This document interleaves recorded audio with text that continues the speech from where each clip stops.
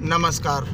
आज दिनांक 3 सितंबर 2020 को दोपहर के लगभग 2:30 बज रहे हैं और हम लोगों ने अपनी यात्रा शुरू की है बेहट जाने के लिए।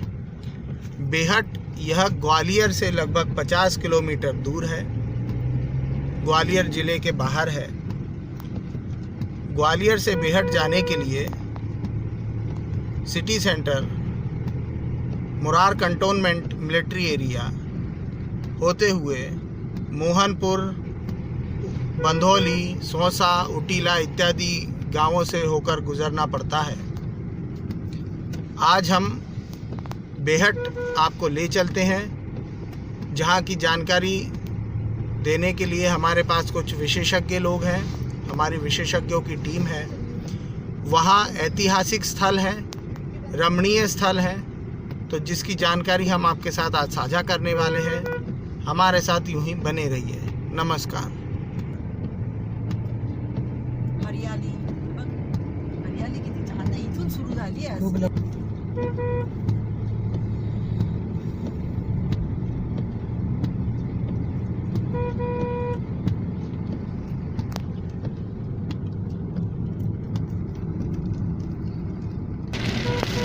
हम लोग ग्वालियर से city centre military cantonment area के रास्ते से आगे बढ़ते हुए मोहनपुर पार करके थाना उटीला क्षेत्र के अंतर्गत ग्राम पंचायत बंधौली तक आ पहुँचे हैं।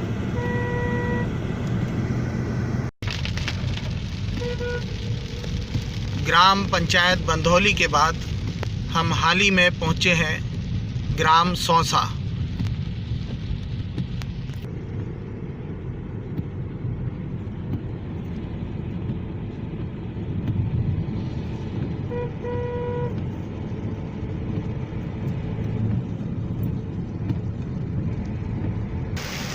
इस तेज बारिश में हम लोग आ पहुँचे हैं बंधा। यहाँ पर हरसी उच्च स्तरीय नहर सिंध परियोजना के द्वितीय चरण की यह नहर भी है पास ही में।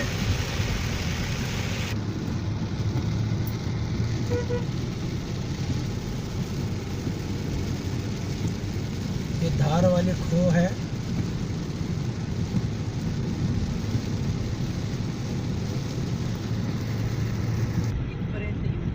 यह उटीला का प्राथमिक स्वास्थ्य केंद्र है। पास ही में पुलिस थाना भी है और एक पिकनिक स्पॉट है भदावना, वह भी यहाँ से पास ही में है। हम उटीला के बाद अभी टोहली नामक गांव से गुज़र रहे हैं। बेहट जाने के इस रास्ते पर दोनों तरफ हरे भरे खेत नज़र आ रहे हैं और प्रसन्नता का विषय यह है कि यहाँ पर जो खेतीहर किसान हैं वह अपनी सब्जियों को यहाँ पर बेचने के लिए लाते हैं ताकि उनसे कुछ आमदनी हो सके। ग्राम टोहली के बाद हम बडेरा फुटकर से आगे निकल रहे हैं।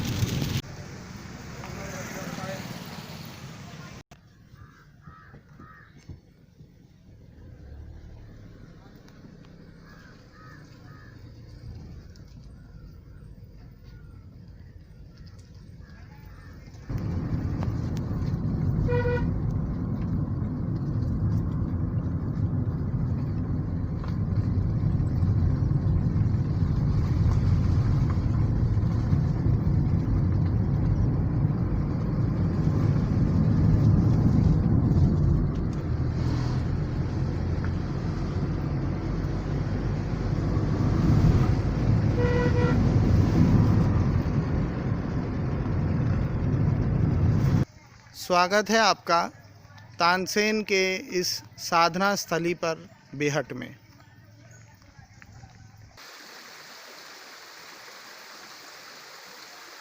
यह है झिलमिल नदी, जो तानसेन के संगीत साधना स्थली के बिल्कुल निकट से प्रवाहित होती है।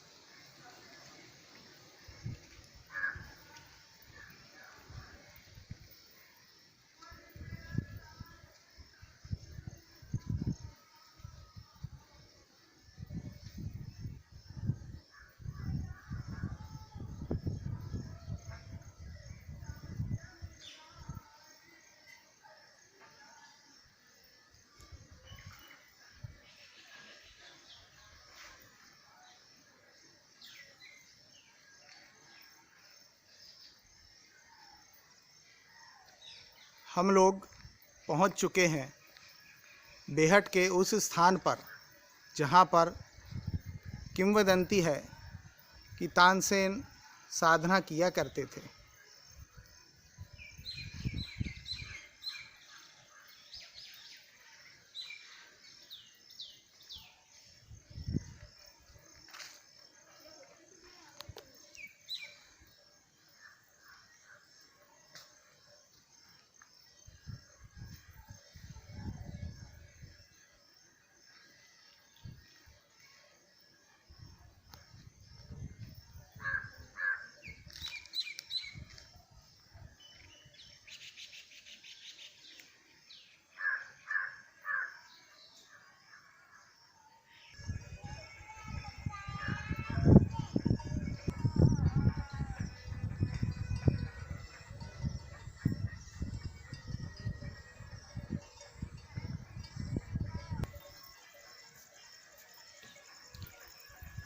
यह है प्राचीन पाषाण निर्मित गणेश जी की मूर्ति। कहा जाता है कि तानसेन ने जो गणेश वंदनाएं, जो ध्रुपद निर्माण किए, वह इसी मूर्ति के सामने, इसी मूर्ति की आराधना करते हुए किए थे।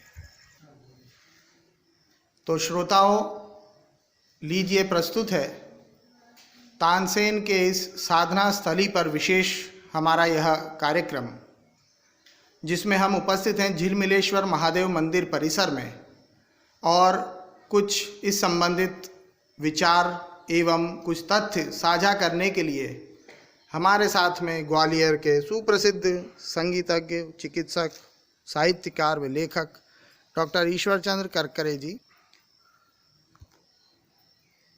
नमस्कार। महान संगीतज्ञ, संगीत सम्राट तानसेन की ये जन्मस्थली है बेहट। यहीं पर बचपन में साधना करते थे, इस प्रकार की बात इतिहास में लिखी हुई है।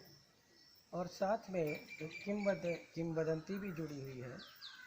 ये एक मंदिर के सामने वो गा रहे थे, तो गाते गाते वो मंदिर टेढ़ा हो गया। वो मंदिर आज भी यहाँ बना हुआ है। इतिहास में ईस्वी सन 1545 से 1576 का जो इतिहास मिलता है, उसमें अकबर, राजा मानसिंह ग्वालियर वाले, जो बड़े देशभक्त राजा थे, मानसिंह तोमर, मानसिंह के यहाँ दरबार में बैजू बावरा थे, अकबर के दरबार में तानसेन थे। ये सारे उल्लेख मिलते हैं। उस समय के जो महानतम गायक हुए बैजू बावरा, उनके बाद ही दूसरे महान गायक तानसेन हुए। यहाँ भी उल्लेख मिलता है, अक्सर बैजू बावरा, तानसेन, इन दो का बहुत मिलता है। यहाँ ग्वालियर में चरजू और बख्शू आदि 12 बड़े प्रमुख गायक थे, जो कुछ लोगों का मत है कि तानसेन से भी श्रेष्ठ थे। लेकिन जो इतिहास में लिखित है वो इतना ही है कि तानसेन बहुत श्रेष्ठ महान संगीतज्ञ थे, अकबर के दरबार में। और 1576 में फतेहपुर सीकरी में उन्हें सिर्फ बैजू बावरा ने ही पराजित किया और कोई उन्हें पराजित नहीं किया। तो ये जब वो बचपन में गा रहे थे, तो ऐसी मान्यता है कि चूँकि उन्हें गायन ठीक से आता नहीं था, तो ये मंदिर टेढ़ा हो गया। योगीराज हरकरे जी ने संगीत से समाधि अवस्था भी प्राप्त की थी और योग से भी समाधि अवस्था प्राप्त की थी। उनका ये निश्चित मत है कि भारतीय शास्त्रीय संगीत से क्रिएटिविटी होती है, क्रिएशन होता है। कोई टेढ़ा हो तो सीधा हो जाएगा, लेकिन सीधी चीज़ टेढ़ी नहीं होती। इसलिए इस किंवदंती पर एक प्रश्न चिन्ह सा लगता है। तो दो में से एक बात सही है कि या तो ये मंदिर टेढ़ा ही बना होगा, या उस समय तानसेन ने इतने गलत स्वर लगाए कि वो टेढ़ा हो गया। क्योंकि भारतीय शास्त्रीय संगीत से कोई भी चीज़ खराब नहीं होती, अच्छी बनती है। ये बिल्कुल सत्य है कि दीपक राग गाने से दीपक जल उठते हैं। इसी प्रकार वर्षा के जो राग हैं, मल्हार के प्रकार, वो गाने से वर्षा होती है। इसका अनुभव सद्गुरु कृपा से हमें भी आया था। 3-4 बार आया, ऐसा नहीं कि कोई संयोग हो, कह के और बता के भी आया। विशेषकर ढूलिया मल्हार जब भी इस साधक ने गाया तो हर बार बरसात हुई। तो ये जो भारतीय शास्त्रीय संगीत है विधायी संगीत है और ये शाश्वत संगीत है। दीपक राग के बारे में बहुत प्रसिद्धि है, उस पर योगीराज हरकरे जी ने पूरा शोध कार्य करके संगीत से समाधि में उल्लेख पूरा लिखा हुआ है। एक स्वरोदय शास्त्र है, यानी ये जो नाड़ी है चप्पल, जो नाड़ी जो है सूर्य नाड़ी और चंद्र नाड़ी, तो कौन सा राग कब गाना है, किस प्रकार गाना है, सूर्य और चंद्र नाड़ी के अनुसार वो एक कुबड़ी से रखते थे। इधर दबा लो तो इधर की नाक खुलती है, इधर दबा लो तो इधर की नाक खुलती है। ये उसका शास्त्र है। उसके अलावा संगीत से समाधि की कुछ साधनाएं, ये करने से विधायी संगीत का परिणाम हमें सामने दिखता है। बैजू बावरा भी और तानसेन भी स्वामी हरिदास जी से सीखे। हरिदास जी का इतना दिव्य गायन था कि भगवान कृष्ण उनके सामने आ जाते थे, प्रकट होते थे, राधा मैया आती थी और उनके दर्शन होते थे। इस प्रकार से इतना दिव्य हमारा गायन है।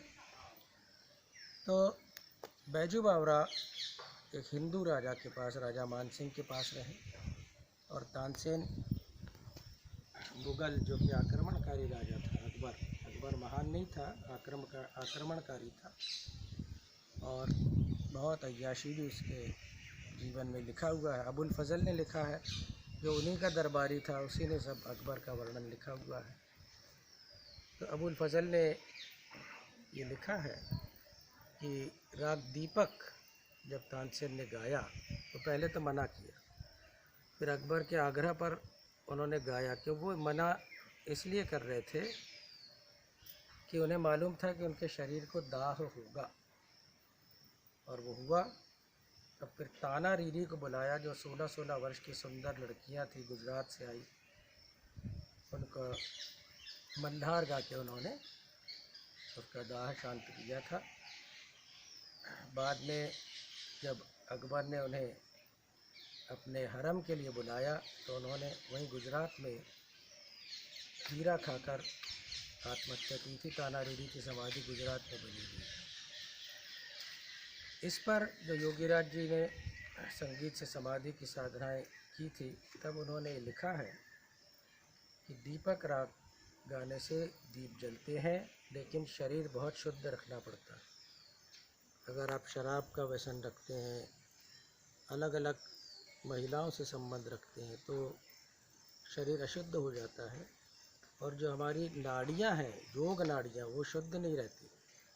तो करंट जैसे पास होता है, उसी तरह से जब दीपक राग में शरीर के अंदर जो योग शरीर है उसमें करंट बहता है, वो सीधा बहता जाना चाहिए, वो नहीं बह पाया अशुद्धि के कारण, तो दाह होता है। इसीलिए स्वामी हरिदास को दाह नहीं होता था। बैजू बावरा भी दीपक राग से दीपक जलाते थे, उन्हें दाह नहीं होता। धन्यवाद।